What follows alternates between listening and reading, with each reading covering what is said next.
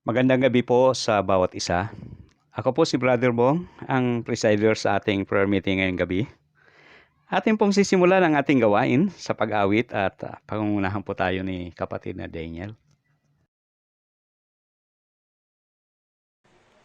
Magandang gabi po sa ating lahat. Ako po si Daniel, ang tagapanguna po sa ating pag-aawitan ngayong gabi. At para po sa ating unang awit, kantahin po natin ang Siyang Ligaya.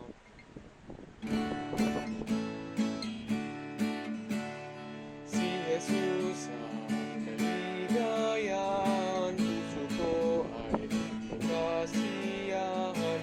Bago na nga ang aking buhay, siya ang ligaya ko. O kay likha ng buhay, siya ng lagi pagkaulayaw. Iniligtas ako ng tunay, siya ang ligaya ko. Ligaya ko ay di na magkamaliw. Ito ang bigay sa akin, ang tanang at kasalanan ay pinawid niyang lubusan. Langit na ang tindahanan, siya ang ligaya ko. Siya ang ligaya ko. Siya ang ligaya ko.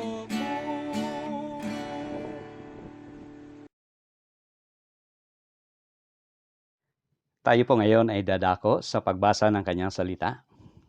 Buksan po natin ang ating mga Biblia sa mga awit, Kabanatang 26, mga talatang 1 hanggang 12.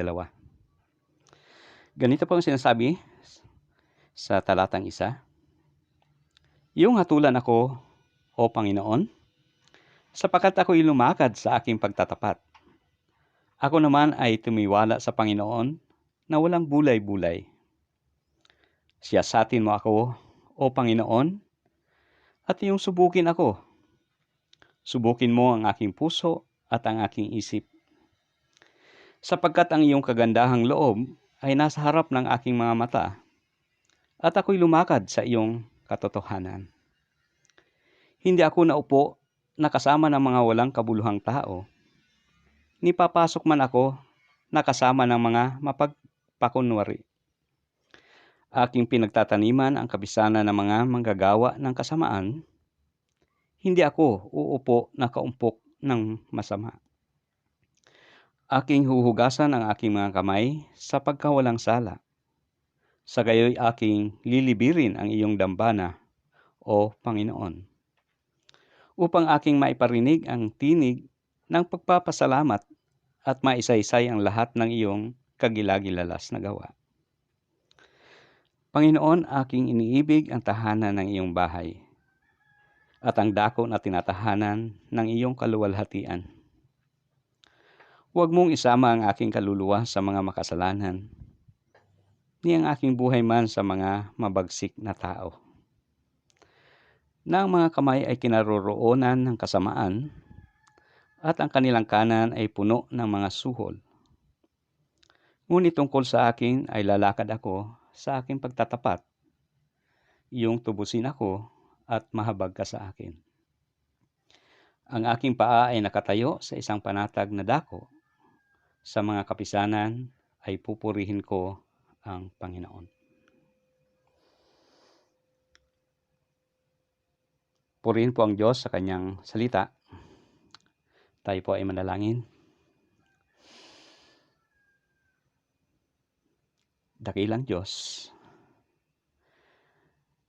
totoo na magiging panatag ang aming mga paa kapag kami ay nakatayo sa iyong presensya, na patuloy na nagpupuri at nagpapasalamat sa iyong banal na pangalan. Panginoon, walang anumang bagay na may kukubli kami sa iyong harapan. Lahat ng bahagi ng aming pagkatao ay bukas sa iyong harapan, Panginoon. wala kaming anumang maitatago. Salamat po Diyos na bagamat kami ay batbat ng mga kasalanan, kami ay pinag-ukulan mo ng iyong pagmamahal, ng iyong pagpapatawad, Panginoon. Salamat po na binigay niyo po ang iyong katwiran sa amin. Binigay niyo po ang iyong pagpapatawad sa amin nang kayo po ay ialay niyo ang iyong sarili sa krus, alang-alang po sa aming mga kasalanan. Kaya salamat po sa aming katayuang ito na kami ay kinupkup mo, inampun mo bilang mga anak mo, Panginoon. At binigyan ng panibagong buhay, binigyan ng buhay na walang hanggan. At ngayon ay malaya kami na makakalapit sa iyo sa pananalangin. Panginoon, papasalamat kami patuloy na isang panibagong pagkakataon muli na meron kami na makalapit sa iyo. Makahingi sa iyo ng tulong, maisumbong namin lahat ng aming mga kabigatan sa iyo sa gabing ito. Panginoon, titiwala ang aming puso at napapanatag ang aming puso dahil kayo ang Diyos na dumirinig at tumutugon sa aming mga panalangin. Nalalaman niyo po ang nilalaman ng aming puso. Kaya salamat po, Panginoon, sa panibagong pagkakataon na makalapit sa iyo. Totoo na napapanatag ang aming puso. Nakakaroon kami ng kapayapaan kapag patuloy kami na lumalapit sa iyo, Panginoon. Pagpalain niyo po kami sa gabing ito, kasama ng mga kapatiran sa kanilang mga tahanan na dumudulog sa iyo sa panalangin.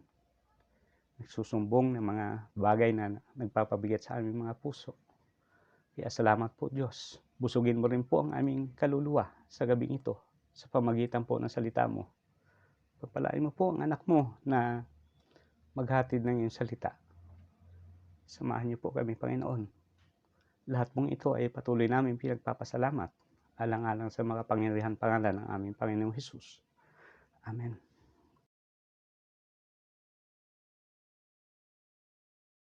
Magandang gabi po sa ating lahat.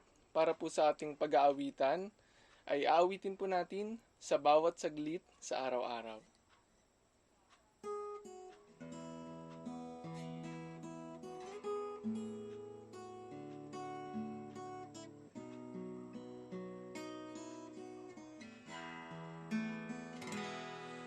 Sa bawat saglit sa araw-araw, may lakas akong tinataglay. Sama ako nagtitiwala, kung kaya't hindi nang hihina. Puso niyong lipos ng kapagkan, pagpapala ang magdulak. Sa lahat ng aking sinasabi, pala niya ay di nasasalit. Si Jesus ay lagi kong kapiling, pala niya ay hindi nagmamaling. Kung ako ay may kapighatian, itugad ng pinupulungan.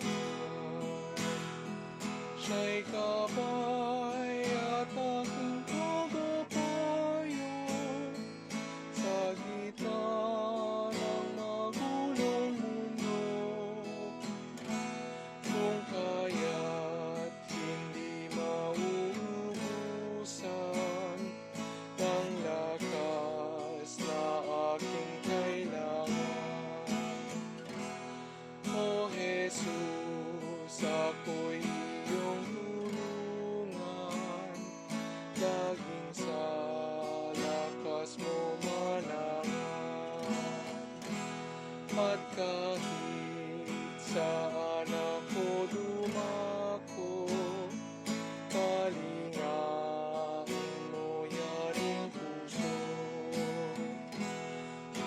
pagsubok man ay sumalubong, sa iyo ako mangangano,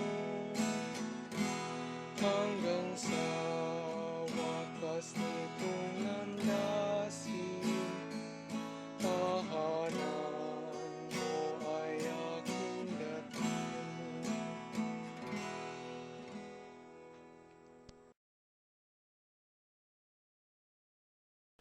Para po sa ating pagpapatuloy, awitin po natin, Diyos ng Himala.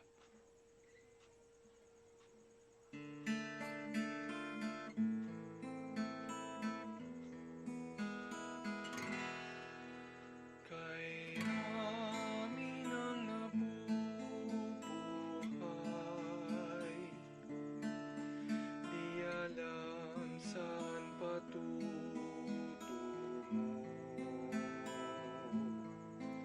Kung may karamdaman o may suliranin, sino ang lalapitan ko? Ang aking Diyos ay Diyos ng Himala, ito'y napatunayan ko.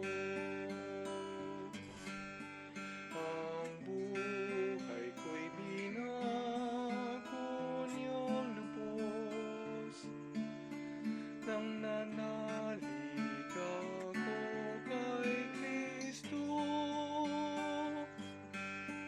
Sa Diyos tiwala ko'y walang hanggan, kahit na mag-alinlangan ang mundo. Nalalaman kong ito'y tunay, pagkat si Kristo'y nasa puso ko.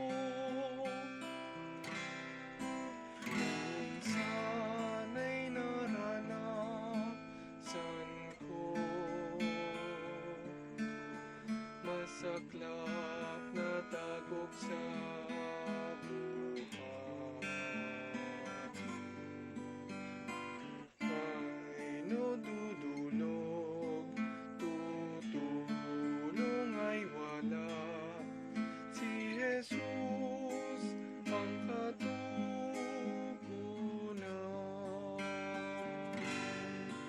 Ang aking Diyos ay Diyos ng Himala, ito'y napatunayan ko. Ang buhay ko'y binago niyang lubos, nang manalig ako kay Kristo. Sa Diyos tiwala ko'y walang hanggan, kahit na mag-alinlangan ang mundo. Nalalaman kong ito'y tunay, pagkat si Kristo'y nasa puso ko.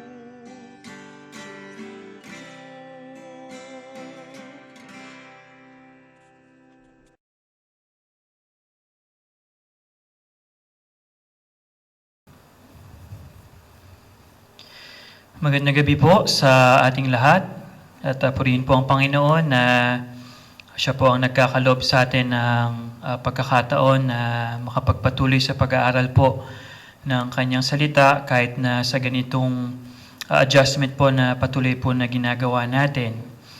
At atin pong natunghayan sa nakaraan po nating pag-aaral na ang kahulugan po ng pagtitiis, hindi lamang po sa orihinal na salin, kundi pati po sa konteksto, na ito po ay partikular na tumutukoy sa pagiging matiisin po natin sa mga taong gumagawa ng masama sa atin, o tinatawag po natin sa English na oppressors po natin. Sa atin pong kapanahunan, hindi lamang po ang mga mapagsamantala at mga mapang-alipustang mayayaman ang meron pong kakayahang gawin ito o maging ganito. Ang maging oppressor po natin, hindi lang po sa ating kapanahunan, tumutukoy sa mga mayayamang tinukoy sa verses 1 to 6 ng James chapter 5. Pwede rin po ito na kapamilya po natin. Pwede po ito na maging kaibigan natin. Pwede po ito na mga katrabaho natin. O di kaya kapitbahay natin. So ang punto, mga kapatid, kahit hindi po mayaman, ay maaari po nating maging oppressor. At nakakalungkot man pong banggitin sa atin, pero kahit mga kasamahan po natin sa iglesia, ay maaari pong maging ganito. So natunghayan din po natin, mga kapatid, na ang atin pong kakayahang magtiis ay naguugat po sa isang matatag at malinis na kondisyon ng ating puso. Yung mga taong hindi po matiisin ay meron pong kinakailangang baguhin sa kanilang puso. Kaya po ang aking panalangin, hindi lang po para sa aking sarili, kundi sa ating lahat, na atin pong binabantayan ng buong sikap ang atin pong puso. Na sa kabila po ng mga hindi magagandang karanasan sa ating buhay, sa kabila po ng mga masasamang tao sa ating paligid, tayo po ay patuloy na umaasa nang meron pong katatagan. Natutuparin ng Panginoon ang kanyang ipinangako na siya'y muling babalik upang tayo'y sunduin at ihatid doon sa atin pong tirahan sa langit. Kaya kumusta po, mga kapatid, ang kalagayan ng ating puso sa ngayon? Isang punto lang po at talata yung atin pong titingnan sa atin pong teksto na atin pong pinag-aaralan. Buksan po natin ang ating mga Biblia sa James chapter 5, Santiago, kabanatang 5. At nais ko pong basahin sa inyo yung verse 7.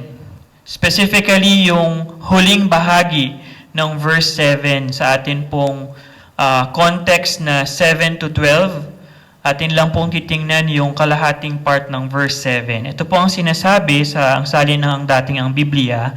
Narito, inaasahan ng magsasaka ang mahalagang bunga ng lupa na may pagtitiis hanggang sa tanggapin ang ulang maaga at huli.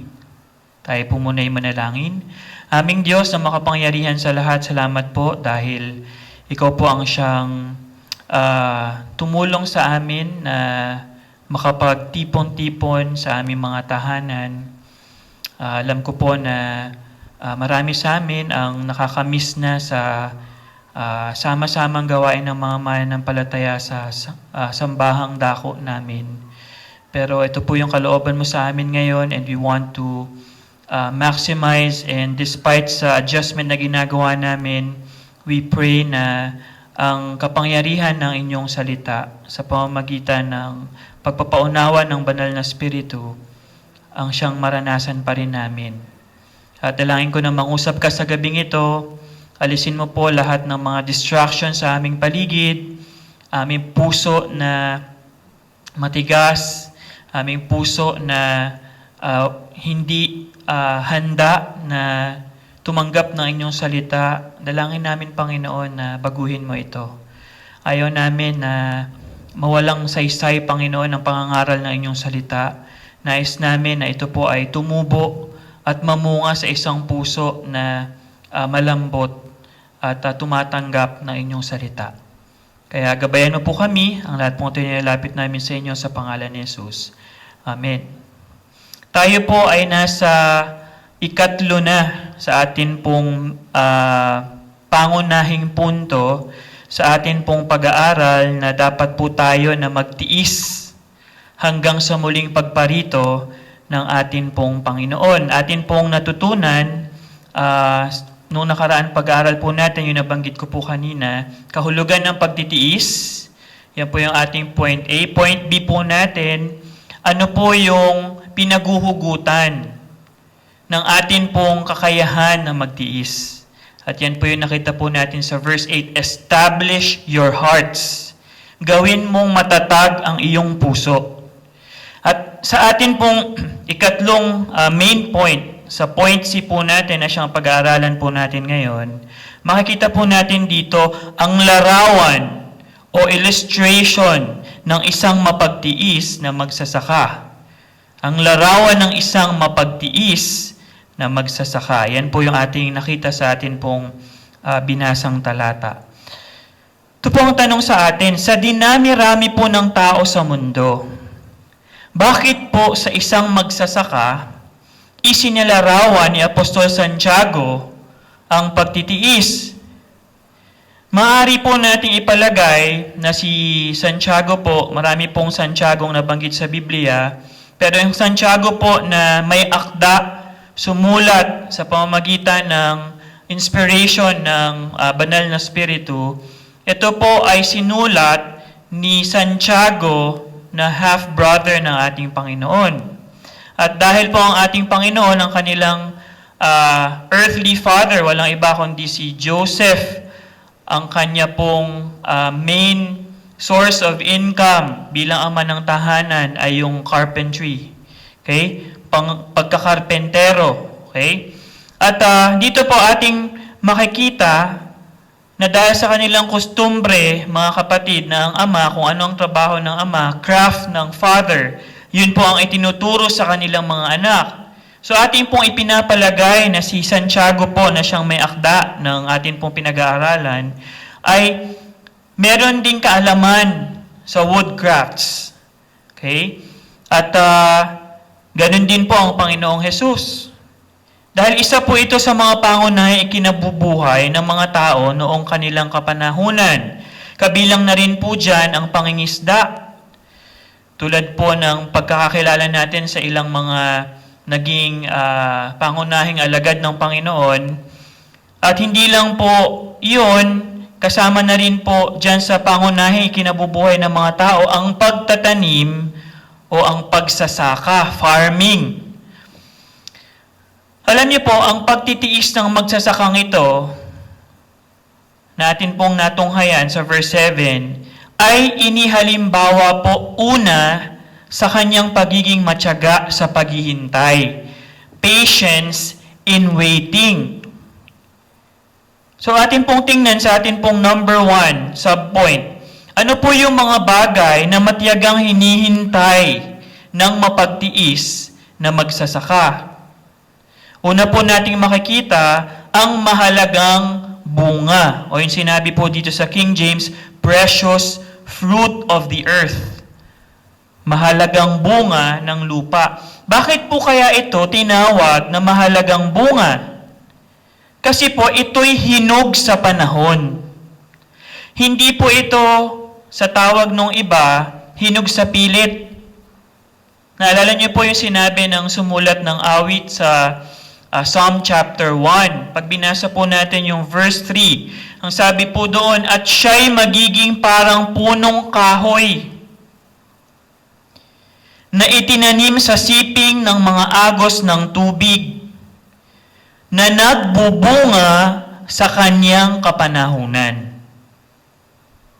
So, ang isa pong puno na healthy, ito po ay nagbubunga ng prutas, ito po ay nagbubunga ng prutas na nasa kanyang kapanahunan. Meron pong mga puno o tanim na ang panahon ng pamumunga o ani ay merong panahon o tinatawag nating seasonal fruit.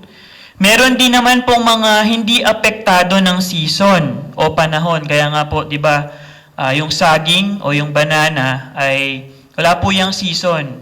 Kaya ano man ang panahon natin, nakakakita tayo ng saging kasi hindi po siya seasonal fruit. Yung konteksto po ng ating pinag-aaralan, ito po ay seasonal fruit o bunga na may panahon ang pag-ani. At dahil po ito'y seasonal, lahat po ng hakbang ng magsasaka ay dapat po kalkulado base sa panahon.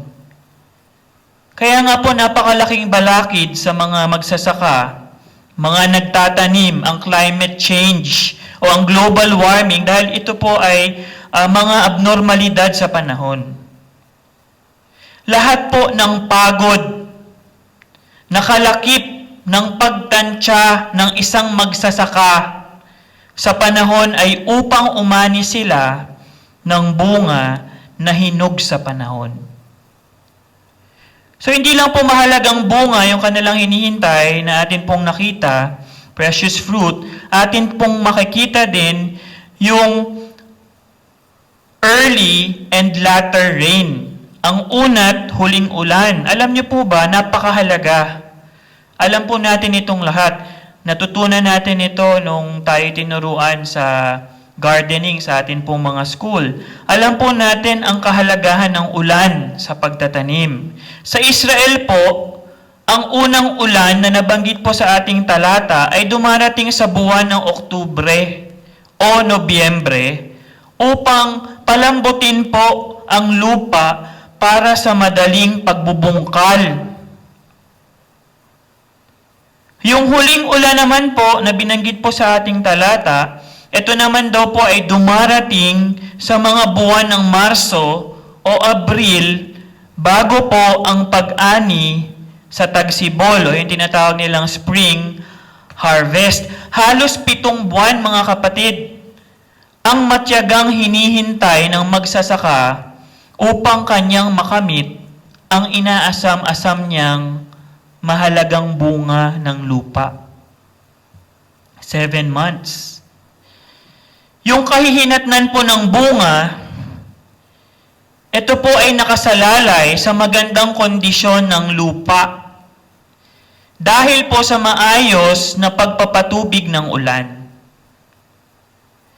Kapag hindi po dumating o hindi husto ang ulan o yung tinatawag na huling ulan o latter rain, ang mga tanim po ay magiging payat at kulang po sila sa nutrisyon. So yun po yung ating makikita. Ang matyagang magsasaka po ay merong o ang mapagtiis na magsasaka ay naghihintay po sa dalawang bagay na ito. Ito po yung matyaga niyang hinihintay. So atin naman pong tingnan sa ating ikalawang subpoint. Ano naman ang gawi o ugali po ng mapagtiis na magsasaka? Dito po sa ating teksto, wala pong binanggit patungkol dito, pero kung ating pong pag-aaralan at oobserbahan, kahit na ang isang ordinaryong magsasaka, hindi lang po ang magsasakang Hudyo, makikita po natin ang iba pang mga bagay na kalakip ng kanilang pagtitiis. Unang subpoint po natin dito, siya po ay nagtitiis habang patuloy na nagtatrabaho. Siya po ay nagtitiis habang patuloy na nagtatrabaho. Habang patuloy po siyang naghihintay sa loob ng halos 7 buwan upang makamit po yung tinatawag na precious fruit o mahalagang bunga ng kanyang tanim. Patuloy din po siyang nagtitiis araw-araw sa mga gawain sa kanyang taniman o bukid. Ito po ay isang article na nakita ko po sa internet.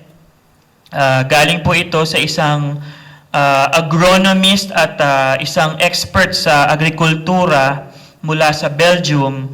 In-explain niya po dito ang buhay po ng isang magsasaka sa isang araw. Ano po yung kanyang mga agricultural activities.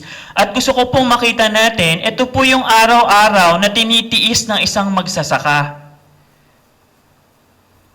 Hindi po dahil siya'y nagtitiis na hintayin yung precious fruit, wala na po siyang ginagawa. Hindi po ganun ang gawi at ugali ng isang mapagtiis na magsasaka. Patuloy po siyang nagtatrabaho.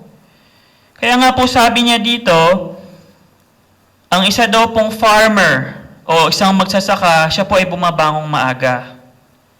Bago pa siya sikatan ng araw. Kasi gusto niya pong magtrabaho sa kanyang bukid na fresh pa ang lahat. Fresh pa yung kanyang isip, fresh pa yung kanyang lakas, at hindi pa ganong mainit. At yung kanya pong sukat ng plantasyon, depende po to sa kakayahan niya. Okay? Minsan po yung ibang mga magsasaka, meron po silang mga ektaryang area ng plantation. Gagawin po ng magsasakang ito, aalis siya sa kanyang bahay para pumunta sa kanyang plantasyon o bukid. Pwedeng nagbabike siya. Ito po ay modern observations po sa buhay ng isang farmer. So, pwede siyang magbike papunta doon o di kaya naman maglakad dahil hindi po nalalayo yung kanyang bukid sa kanyang tahanan para ito ay kanyang mabantayan. Yung magsasaka po, sa panahon na siya ay umaani ng bunga, meron lang pong araw na pumupunta yung humahakot ng kanilang mga inani. Ito po ay nasa pagitan ng 4 to 5 days. Hindi po every day ang hakot ng ani. Kasi po, kailangan ito ng panahon.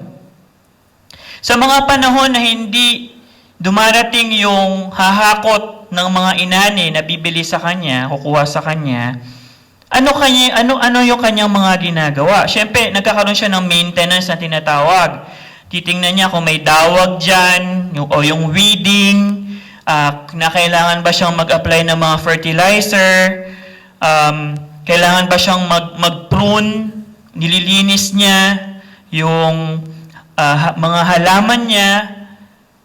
At sa panahon po na siya ay aani, ito po ay kanyang inaani. Imagine kung ito ay isang ektarya, inaani niya po ito line by line.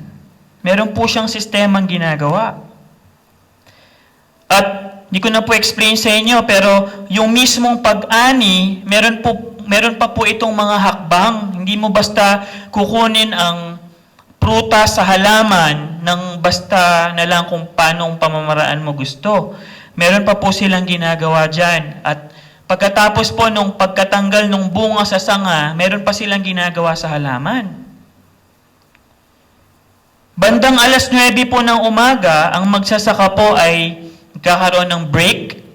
Magbe-break muna siya para kumain nung tinatawag ng second breakfast. So nagkaroon na po siya ng unang breakfast sa tahanan nila. At bandang 9:00 ng umaga, kakain po siya muli. Mga 9:30, siya po ay babalik sa kanyang bukid para i-harvest pa yung mga natitira. Ito daw po ay usually tumatagal depende po sa size ng plantation, pero hanggang 2 oras. So let's say hanggang 11 ng umaga. At pag dumating na po yung truck, kunwari ito ay panahon ng paghakot ng mga naani, ang dami pa pong steps na gagawin dito. At ito rin po ay tumatagal ng ilang oras.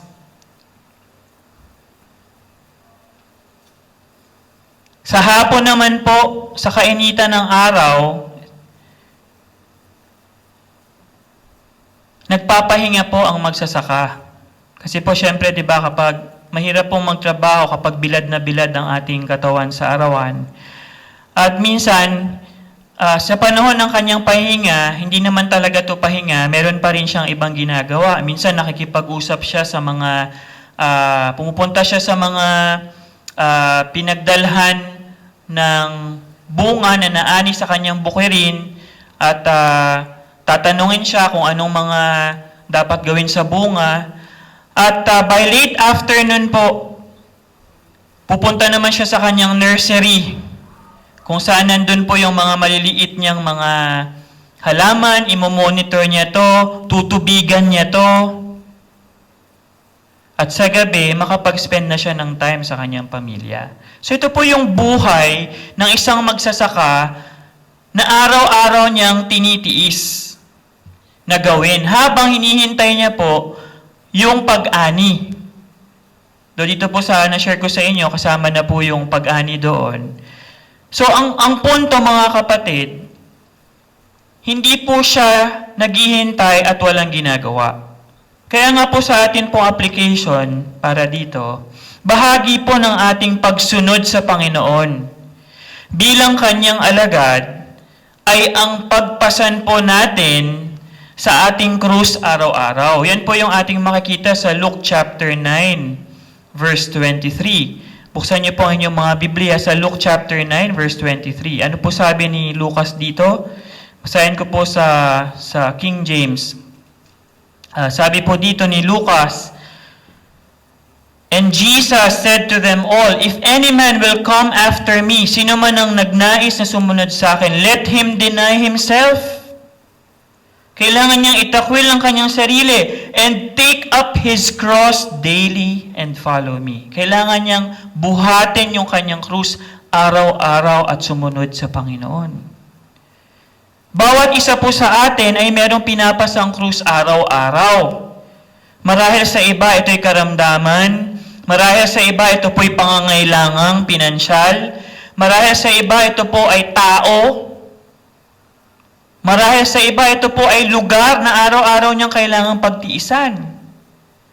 Marahil iba-iba po ang bigat base po sa kalooban ng Diyos sa ating mga buhay, ngunit ang isang alagad, nakalugod-lugod po sa Panginoon, hindi po siya umiiwas at meron pong buong katapangang nagbubuhat ng kanyang krus araw-araw. Hindi po tayo nagpapaisi-isi at nagpapaupo-upo habang hinihintay ang muling pagbabalik ng Panginoon. We have a cross that we need to bear daily.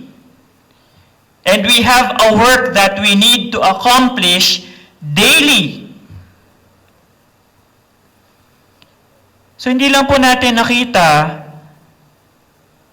yung kanyang pagpapatuloy sa pagtatrabaho at paggawa habang hinihintay, habang nagtitiis na hinihintay ang bunga ng kanyang ani.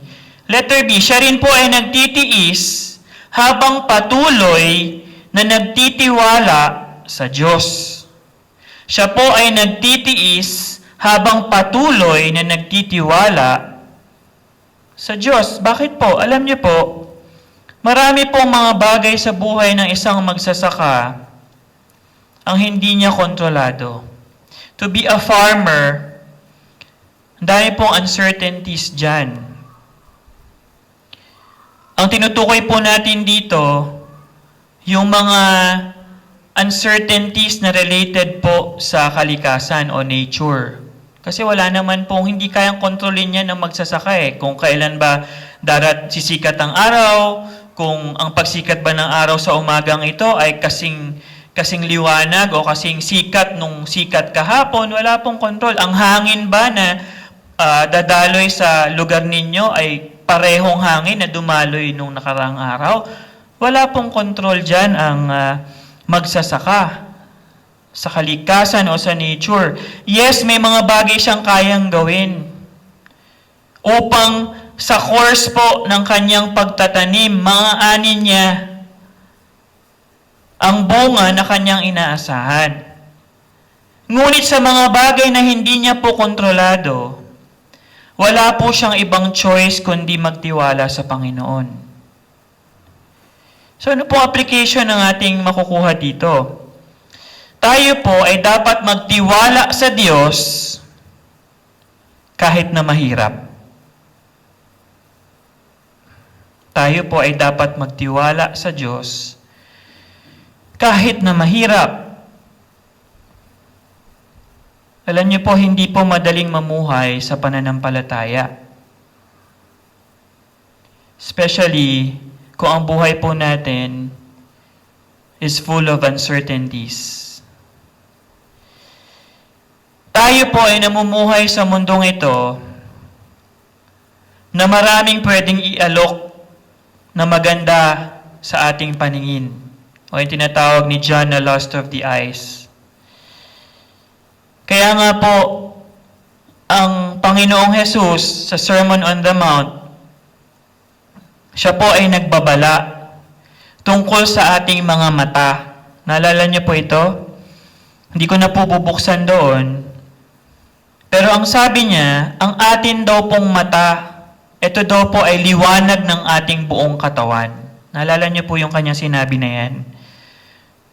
Kung ang atin daw pong mata ay healthy, o nasa maayos na kalagayan, ang magiging kondisyon daw po ng ating buong katawan ay healthy din. At kung ang mata daw po nating ito ay may sakit o hindi maganda po yung kanyang kondisyon, gayon din daw ang magiging kalagayan ng ating buong katawan. Bakit? Kasi ang mata daw po ang liwanag ng buong katawan. So, nagsisimula po sa mata ang po pwedeng maging kalagayan ng ating buong katawan.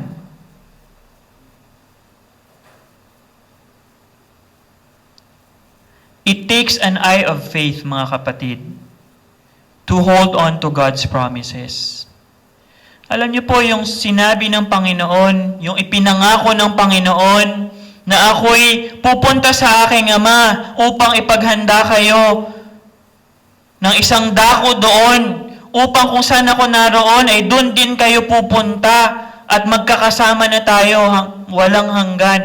Yan po, ang pangako na yan, it takes an eye of faith to hold on to that. Kailangan po yan ng pamumuhay sa pananampalataya at pagtitiwala sa Diyos. Dahil ang mundo pong ito ay very sight-oriented.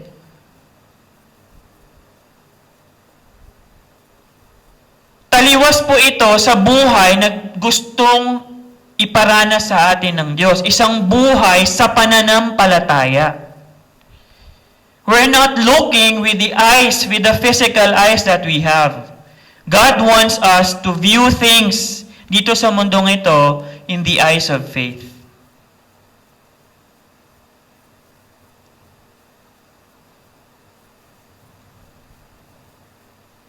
Kaya kamusta po tayo? Tayo po ba ay natututong magtiwala sa Diyos? Kahit na mahirap.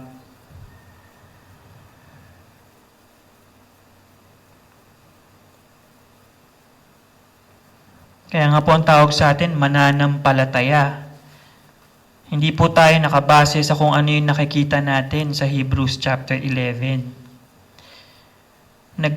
Tayo po ay naniniwala din sa mga bagay na hindi natin nakikita.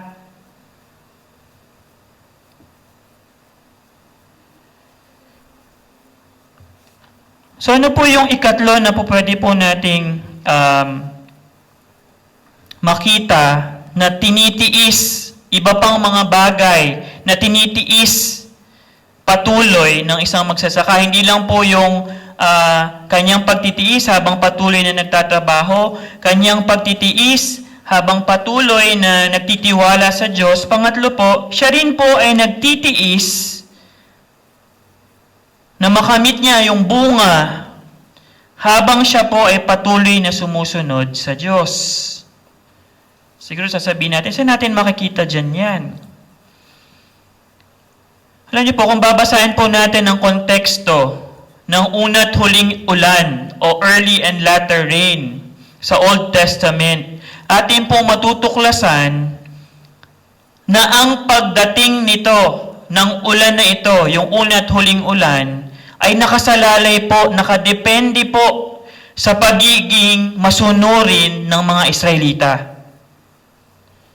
Totoo po, balikan niyo po lahat ng occurrence ng phrase na early and latter rain sa Old Testament.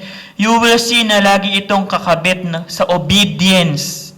Yung pagpapadala nito ng Diyos ay kakabit ng pagsunod ng mga Israelita sa Diyos. Kaya nga po, ito po yung isang na-mention doon sa Old Testament, sa Deuteronomy chapter 11, kung titingnan po natin yung verses 13 to 17. Deuteronomy 11, ito pong sinasabi, basahin ko po sa inyo. At mangyayari na kung inyong didingging maigi ang aking mga utos na aking iniuutos sa inyo sa araw na ito, na ibigin ng Panginoon ninyong Diyos at siya'y paglingkuran ng buo ninyong puso at ang buo ninyong kaluluwa, ay ibibigay ko ang ulan ng inyong lupain sa kanyang kapanahunan.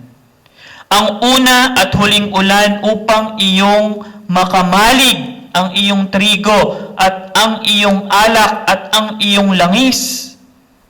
At aking bibigyan ng damo ang iyong mga hayop sa iyong mga bukid at ikaw ay kakain at mabubusog. Mag-ingat kayo, baka ang inyong puso ay madaya at kayo'y maligaw at maglingkod sa ibang mga Diyos at sumamba sa kanila.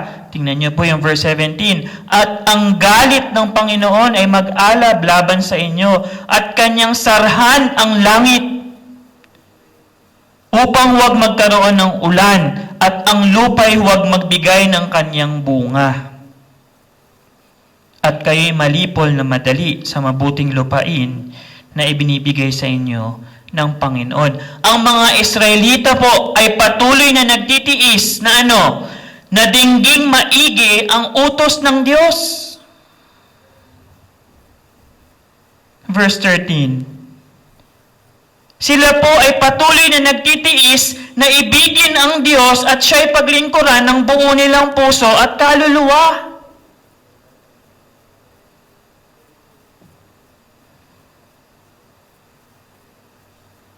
Sila po ay patuloy na nagtitiis na ingatan ang kanilang puso na madaya at maligaw. At sila po ay patuloy na nagtitiis na maglingkod at sumamba, na hindi maglingkod at sumamba sa ibang Diyos. Dahil kung hindi nila ito pagtitiisang gawin, o hindi gawin o sundin, ang pagpapala po ng Diyos ng una at huling ulan ay hindi nila mararanasan. Alam niyo po, totoo that God's commands are not burdensome. Totoo po that we can take Jesus' yoke upon us and learn of Him, for He is meek and lowly of heart. Totoo po lahat ng yan, mga kapatid. Ngunit, ako po ay magsisinungaling sa inyong harapan kung sasabihin ko po na hindi ko kailangang magtiis para sumunod sa Diyos. It takes a huge amount of patience, mga kapatid, to dethrone myself every day. Every minute. In order not to fulfill the lust of my flesh, para malugod ko ang Diyos. Hindi ko po alam sa inyo, pero based on my experience, it takes a tremendous amount of patience, self-control,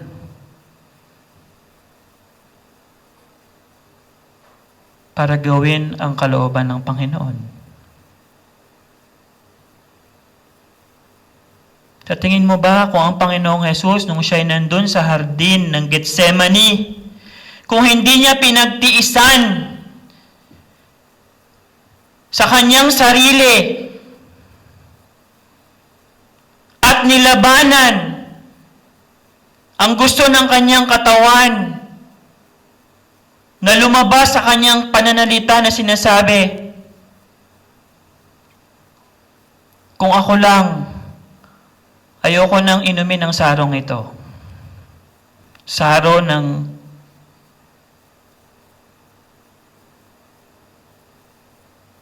pagkamatay doon sa krus.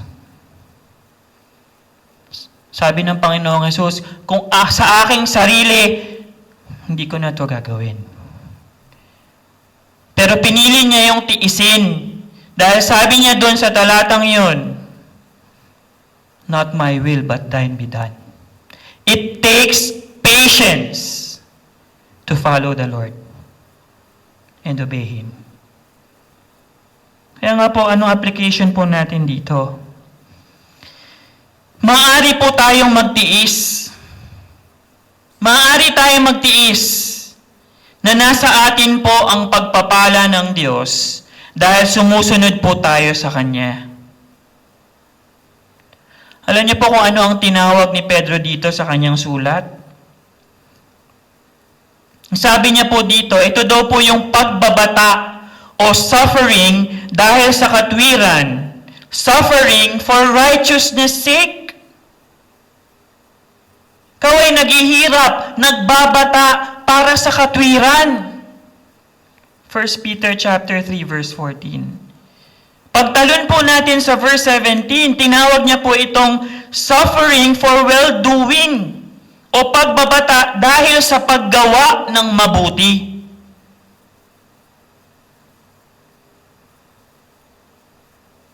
At pag tayo tumalo ng isang chapter, sa chapter 4 verse 16, ito po'y tinawag niya na suffering as a Christian o pagbabata na gaya ng Kristiyano.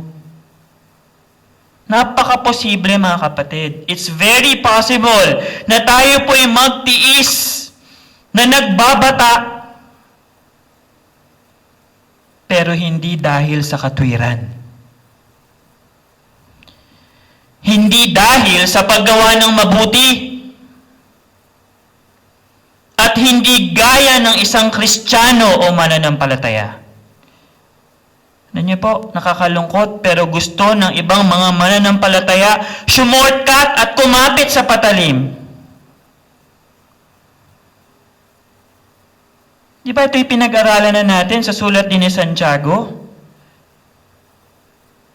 Ano bang nangyayari? Hindi po nila hinahayaan na ang pagtitiis ay magkaroon ng sakdal na gawa.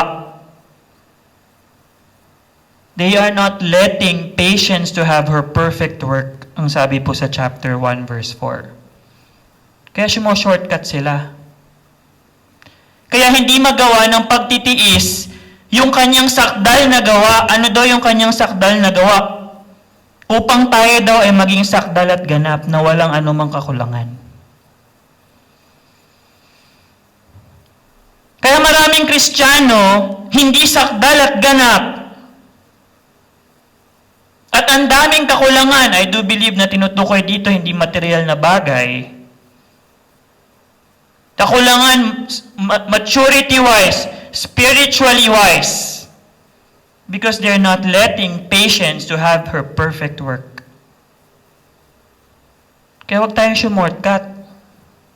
Kung tayo nagtitiis, tayo magtiis dahil sa katwiran.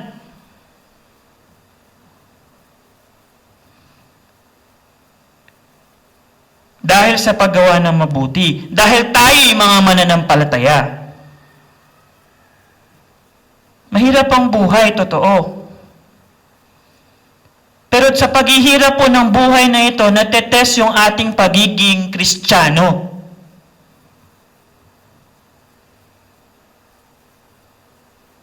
Kung Kristiyano ka at mananampalataya ka sa panahon ng blessing ng Diyos at kasaganaan sa buhay, ano kang Kristiyano sa panahon ng pagtitiis at pagbabata?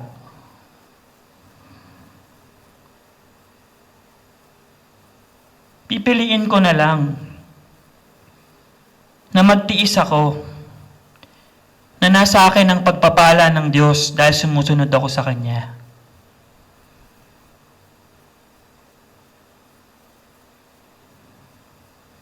At huling application po, one last important application po dito sa larawan ng isang mapagtiis na farmer. Ano po yun? Makinig po tayo. Dito na po tayo magtatapos. Ito po yun. Kung ano ang ating hinasik, yun din po ang ating aanihin. Saan po natin makikita yan? Sa Galatians chapter 6 verse 7. Kung ano ang iyong inihasik, kung ano ang iyong itinanim, without a doubt, yan ang iyong aanihin. Ang ating pong buhay, mula po sa tayo'y bigyan ng hininga ng Diyos, hanggang sa panahon na nasa bingit na po tayo ng kamatayan, o di naman kaya, abutan tayo ng rapture. Yung period po na yan ng ating buhay, maniwala po tayo o sa hindi, ay panahon po natin ng paghahasik o pagtatanim. Ang muling pagbabalik ng Panginoong Hesus ay ang panahon po ng pag-ani. Ang tanong sa atin, ano ang itinatanim o inihahasik mo sa uri ng pamumuhay mo ngayon? Sabi po sa verse 8, isa lang sa dalawang ito. Ang uri ng buto na inihahasik mo sa iyong pagtatanim. It's either naghahasik ka sa laman o naghahasik ka sa espiritu. Basahin niyo po yung verse 8 sa Galatians 6. Kapag pinasyahan mo at hindi mo pinagtiisan na maghasik o magtanim sa espiritu, ikaw ay aani ng kasiraan. Ngunit kung iyong pipiliing magtiis na nagbabata sa katwiran, ikaw ay aani ng buhay na walang hanggan. Ano ang itinatanim mo ngayon? Tatandaan mo, ang pagdating ng Panginoon ay panahon ng pag-ani. Sa isang mananampalataya, this is reaping of rewards. Ngunit sa iyo na nakikinig ngayon na wala pang pagpapasya sa Panginoon,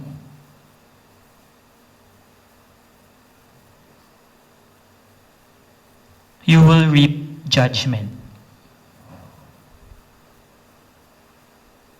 Sa atin naman po ng mga mananampalataya,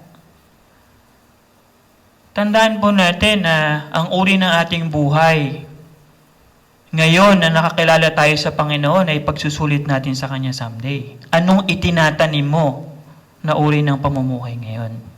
Tayo po'y manalangin. Aming Diyos na makapangyarihan sa lahat, salamat po sa inyong mga salita. Nakita namin ang illustration ng patient farmer. Ang dami po naming paalala na narinig sa inyong salita sa pamamagitan ng illustration na ito.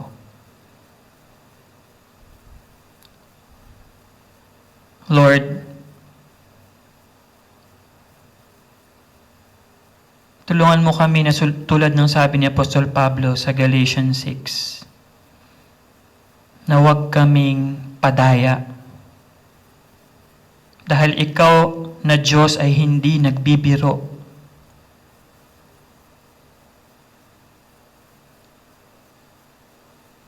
Kung ano man ang itinanim namin, surely ito ang aanihin namin.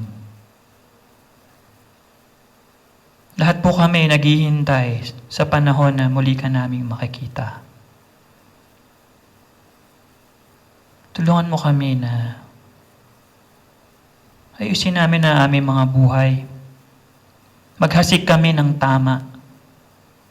Matutunan namin na magbata alang-alang sa katwiran, alang-alang sa paggawa ng mabuti, alang-alang sa aming pananampalataya.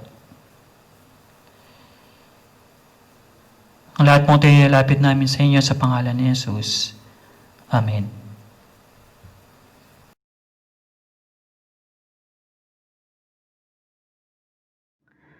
Salamat sa Panginoon sa mensaheng ating narinig. Salamat po, Brother EJ, sa pagbabahagi ng mensahe na ito sa amin. Sa ating pong pagpapatuloy, tayo po ay magkakaroon ng prayer time sa kanya-kanyang nating mga tahanan. Pagkatapos po ng prayer time ninyo, Hilingin ko po ang isa sa inyong pamilya upang manguna sa closing prayer. Ilang mga paalala po sa mga nais pong magpatotoo o mag-testimony.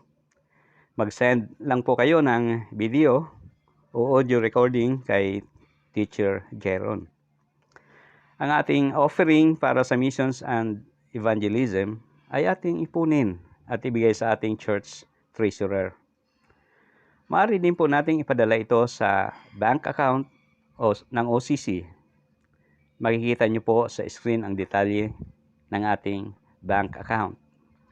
Inimbitahan po namin ang bawat isa sa darating na linggo, June 14, 2020, 9 a.m. hanggang 11 a.m. para sa ating worship service live stream.